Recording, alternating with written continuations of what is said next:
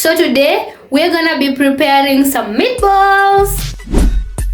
We have some chopped onion, some green bell pepper or popularly known as hoho. We have some tomatoes, coriander or dhania, crushed garlic and ginger, bread where we're going to make some breadcrumbs from it, minced meat, an egg, tomato paste, cubes and spices. I'm gonna list every single ingredient in the description so you can check it out.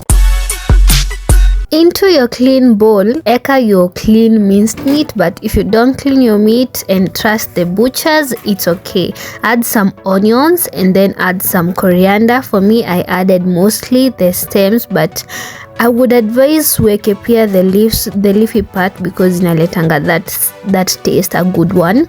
And also go in with your breadcrumbs. If you wanna know how to make some breadcrumbs, unaweza andika comment hapo below and I'll create a video for you. You also gonna go in with an egg and then go in with your spices. For mine niliekanga black pepper, paprika, cumin and salt. After that I mixed everything, nikahakikisha zimeshikana vizuri, and then I rolled into some balls. For you to create some balls, what you can do is you can wet your hands alafu you roll.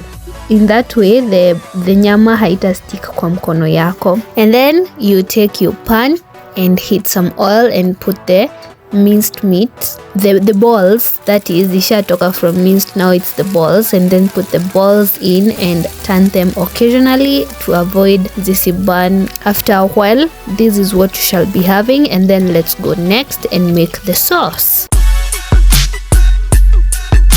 Very simple. So fry the remaining onions and then go in with the garlic and ginger paste. Hakikisha zimeiva kidogo, and then go in with the tomato paste.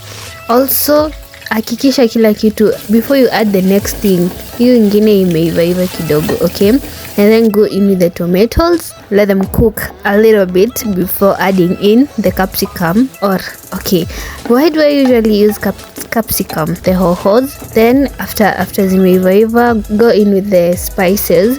For mine, I used garlic powder, curry powder, chilli, cubes, and some soy sauce.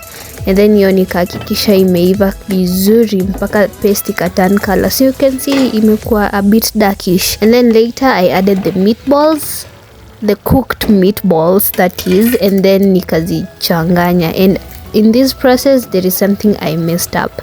Nilizi mix kama nina mix normal waru and all those stuff, so nika mix zikachanganyika in a way that I can't recover. Ikakuwa ni kama nilikuwa natengeneza minced meat. So for you ukiturn, make sure you're turning them vizuri pole pole, carefully, or alternatively you can use a pan instead of a sufuria for you to be careful zisivunjike, okay? Yeah, and after that my meal is served. Bon appetit. You can try it and then you tell me if it is gonna work for you. Up until next time guys, I love you so much. Bye bye. Mwah.